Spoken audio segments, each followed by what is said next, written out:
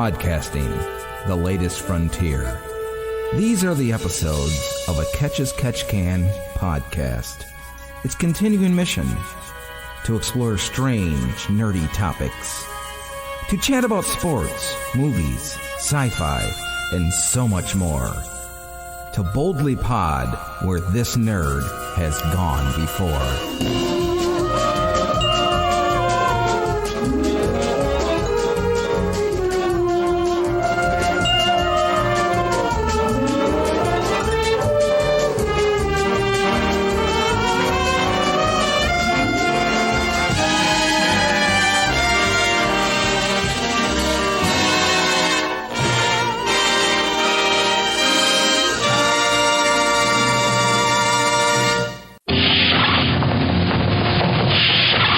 Captain's Log, pod date 0721.19. On this episode of To Boldly Pod, we're going to take a look at the new CBS All Access series, Picard. They released their first full trailer yesterday, and yes, I marked out, so we'll talk about that. We're also going to take a relook, a revisit, a rediscussion with my buddy Rob, because a year ago, him and I went to investigate the Paulding Light phenomenon in the Upper Peninsula of Michigan.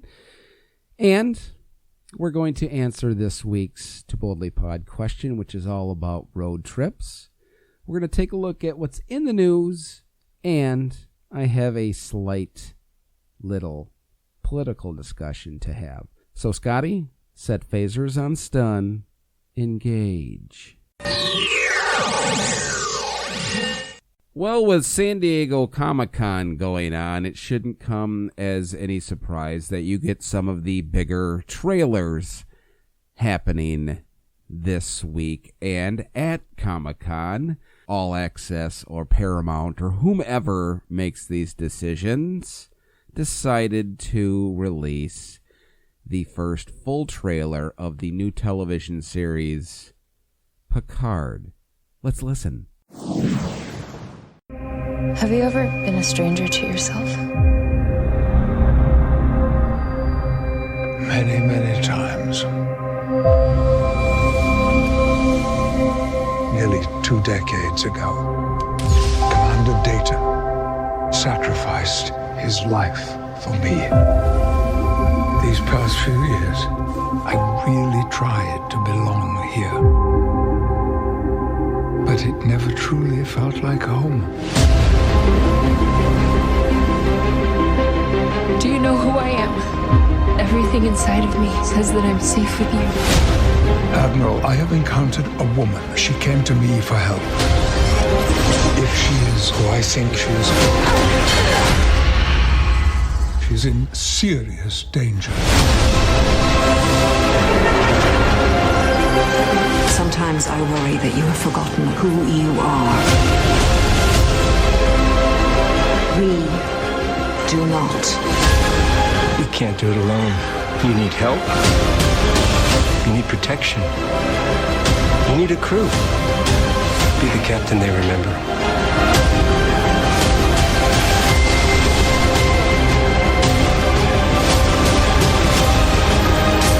She has no idea what she truly is. She's the end of all. She's the destroyer. What the hell are you doing out here, Picard?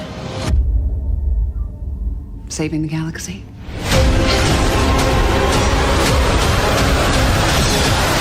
Engage.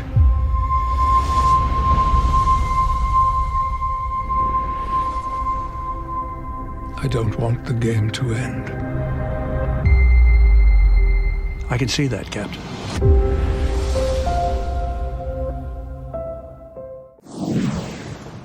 Now, the phrase marking out gets bandied about a lot on this podcast and my music shows and in the chat groups that I'm in, specifically by me. And to say I marked out constantly during that 2 minutes would be an understatement, but the last 30 seconds was ultimate mark out, if you will, if that's even possible. And to say that I'm extremely excited for this show to debut in early 2020 is also an understatement. For, you all know my love of Star Trek in general. So it's the original series, Next Generation, Voyager, Deep Space Nine, and whatnot. I'm not the biggest fan of Discovery, but I appreciate it for what it is. So for this to come out now is just something that's really got me excited, and it left you a lot of questions about who the young lady is going to be, and that little snippet at the end where you see Data makes you wonder if it's going to be somehow related to him, but I guess we'll see. I try not to read too much into the theories, and spoilers, I suppose, is the proper way to use it, but I like to be surprised. I'm not anti-spoiler on a lot of things. I just like to not know going in, but I don't get all butthurt if somebody screws up and spoils something for me. So I try to avoid any of that stuff online before I actually get to sit down and watch something. So I'm really looking forward to this program. I will say I was very intrigued to see Data or Brent Spiner, and to see 7 of 9 or Jerry Ryan included in this, and I'm wondering if they're just going to have one-off appearances or if they're going to be throughout the entire series. I kind of sort of hope they're not in the entire series, but part of me wishes that they would be. So if you watched the trailer, let me know what your thoughts are on Facebook or Twitter at Too Boldly Pod. And when this show gets released by CBS All Access, we'll definitely revisit it down the road. Now, initially, I had posted on social media and actually sat down and recorded a 10-minute piece about something that I wanted to get off my chest. And I was just sitting here kind of going through it, listening to it. And I decided against posting it on this podcast because of something I said in my rant. And it isn't anything negative. What I said really turned on a light bulb in my head. And what I said was, I want to keep this podcast as uplifting and as enjoyable to everybody as it possibly can be. And I don't want to take or offend anybody, even though I probably do on occasion with certain sci-fi topics, but that's irrelevant. That's a joke. Something we've forgotten what that is in this country these days. But, so if you were looking forward to my political rant on here, I apologize. Maybe someday I will actually get it. But I just don't think it's really necessary to inflate any more angst and venom that has already been created on social media, and I don't think it's helping. I think the only way that we can possibly fix our anger is to actually sit down and rationally listen to an opposing viewpoint. And it just makes me go back to when this country was formed. Those two sides were as diametrically opposed to each other, more so probably than your liberals and conservatives are today. And they were still able to sit down and get things done. And I think that's what's going to have to happen today. And unfortunately, I don't think it's anytime soon. So I'm just going to close this quick little segment off with, if you were looking forward to the political debate, I apologize, because I just don't think this is the right forum for it. Even though I did spend 10 minutes ranting about it. I should have saved it, and then if anyone wanted to hear it, I could have played it. But it is what it is. But I'm going to leave everybody with this. And as I stated in my rant, this all started from a post that my friend Nikki posted, and she really got attacked for. And kudos to her for sticking up for herself as well as she did.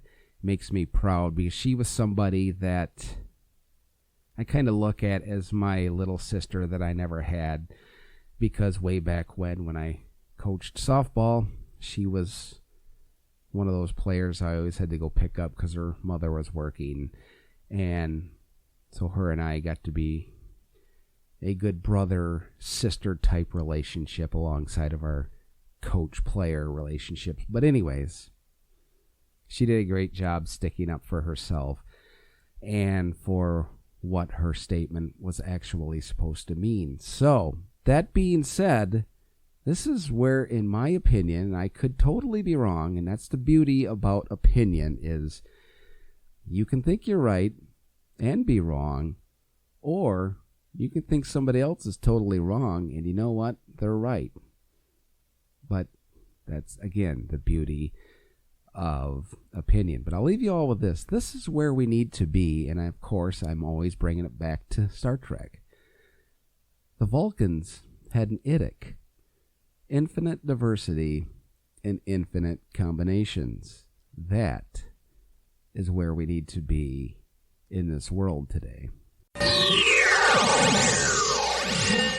Now, I oftentimes steal the To Boldly Pod question from terrestrial radio, and this week I heard a perfect one, with it being in the middle of summer and everybody's getting ready to go on their summer vacations, or have already done so, or are planning to do so. They asked a perfect question, and a lot of us, when we go on our vacations, have to go on long road trips for it. So their question, which I offered up to people on social media, was, you're going on a long road trip. What one snack and one drink are you snacking on in the car while on the road? And I got a lot of great responses to it, so thank you to everybody that replied. Marcia answered coffee and beef jerky. Kelly replied Sprite and Fritos.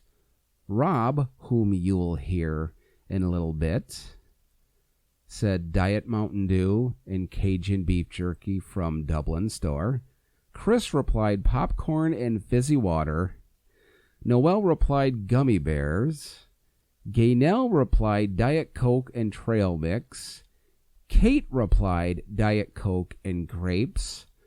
Shirley replied Coke and Chex Mix. Larry replied Chex Mix and Mountain Dew. Noted author, musician, and now DJ Paul replied iced coffee and salt and vinegar veggie chips. Now I'm hungry. Patrick replied Red Bull. Andy replied Donna's Donuts. And Marlene replied Pringles, cheddar cheese, potato chips, and water. All fantastic choices. Now, I'm sure you're on the edge of your seat wondering, okay, Dan, what is it that you're going to choose as your drink and snack while on the road? Well, somebody did nail what my snack was, and that would be trail mix. I do like trail mix, the raisins, the nuts, the little M&M pieces, good stuff. My drink of choice, most probably on the road, is either flavored water or iced tea.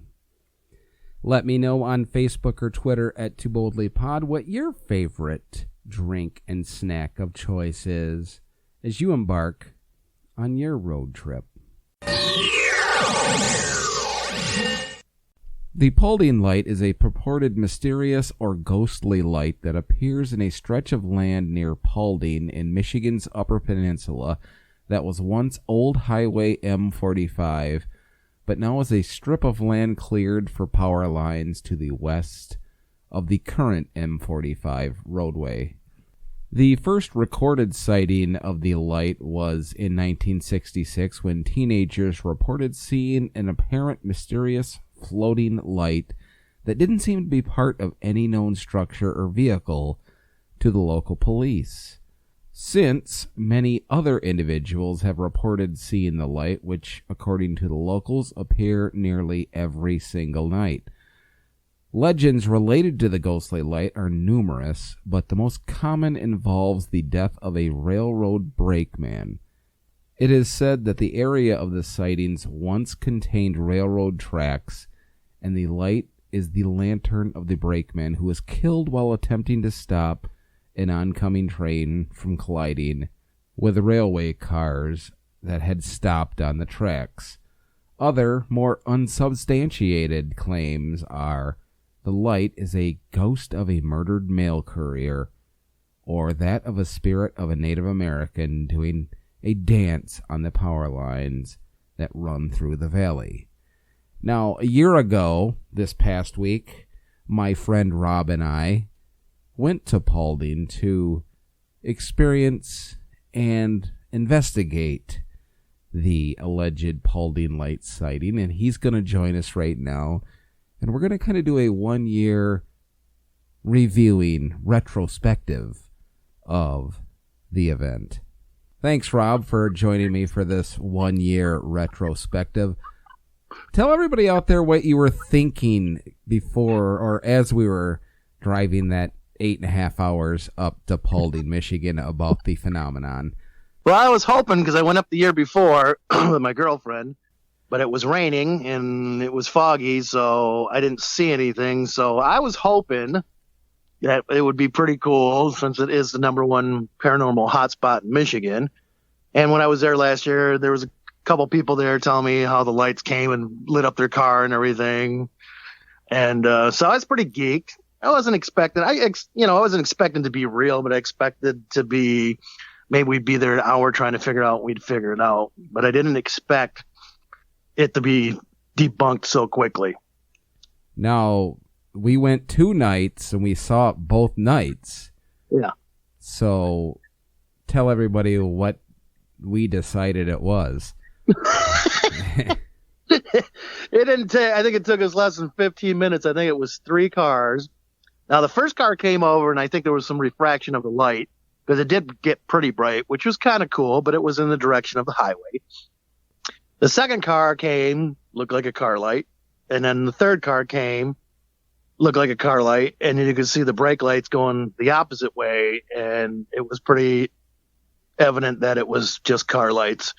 So, I mean, I think both you and I were both sadly disappointed of how lame it was, except for the people that were around us who seemed to be in awe of it.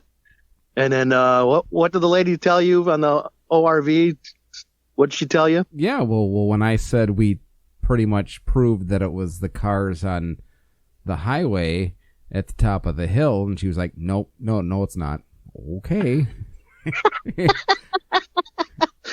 Yeah, I think she was in denial, or like I said, the power suggestion is it's people just, they go there to go see something, and they see the lights, and they just, they just want it to be that, but it just seemed like it was pretty lame to me. So now you went back again afterwards, didn't you? Yeah, 2 weeks later, or was it? No, it's 2 weeks later. And you didn't see anything that time, or did you?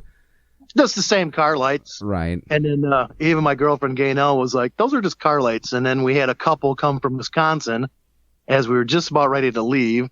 And the lady's like, no, where's the lights? They're supposed to come down the trail right up to where you're at. And I'm like, no. She goes, are those it? And I go, yeah, those are car lights. And she's like, yeah, those are car lights. So they were pretty disappointed too. So.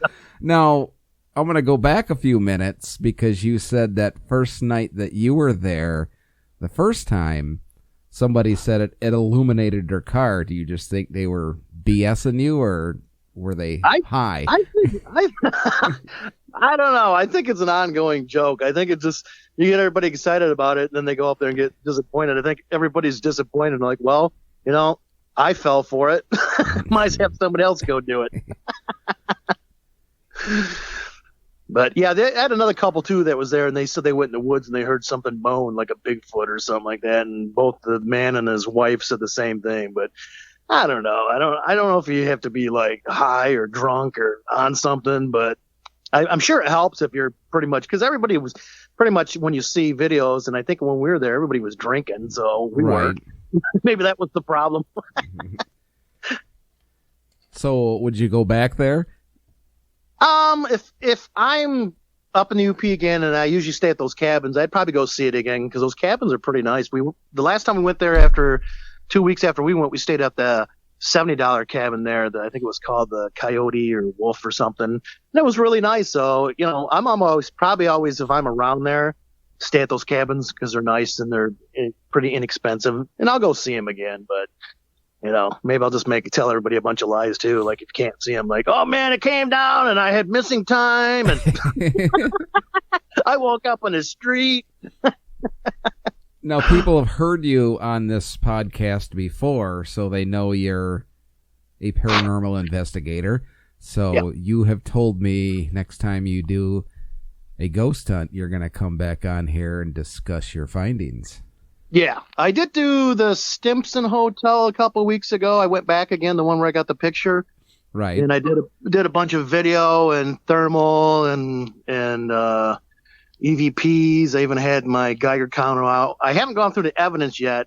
The video tape I have was done in full spectrum, but the battery died. And when I went to put the card in my computer, so there was nothing on there. So I got to check and see if I'm sure there's some type of internal memory, because I can't imagine if the battery died, you'd lose everything. But, maybe it's different from videotape. But so I'm working on that.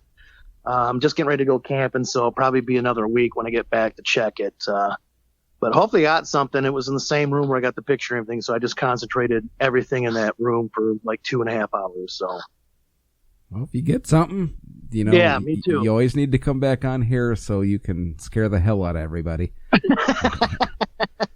Like the Paulding Lights, those are pretty scary. Yeah. So, final thing, Paulding Lights, thumbs up, thumbs down. That's a huge thumbs down. I mean, for being the number one paranormal hotspot in Michigan, it seemed pretty lame. It brings the town a lot of money. And what was I saying on the way back? We were driving. I was going to write to the Paulding Chamber of Commerce and wanted all my money back for the bridge expense and lodging. The chicken fried steak. Chicken fried steak. That was the best thing up there besides the chicks from Wisconsin that were drunk as shit. Yeah, the chicks from Wisconsin. We won't talk about that on this podcast. They were a lot of fun. I mean, a lot of drama. A lot of something. Yeah. So I mean, we had fun. We went to the Adventure Mine. That was cool, and went check out a couple cemeteries and went to Porcupine Mountains and stuff. So we did quite a bit up there. But I think the best thing up there, I think, was that chicken fried steak in the morning at whatever that restaurant was called. So. Right, and the girl you insisted I was hitting on at the mine.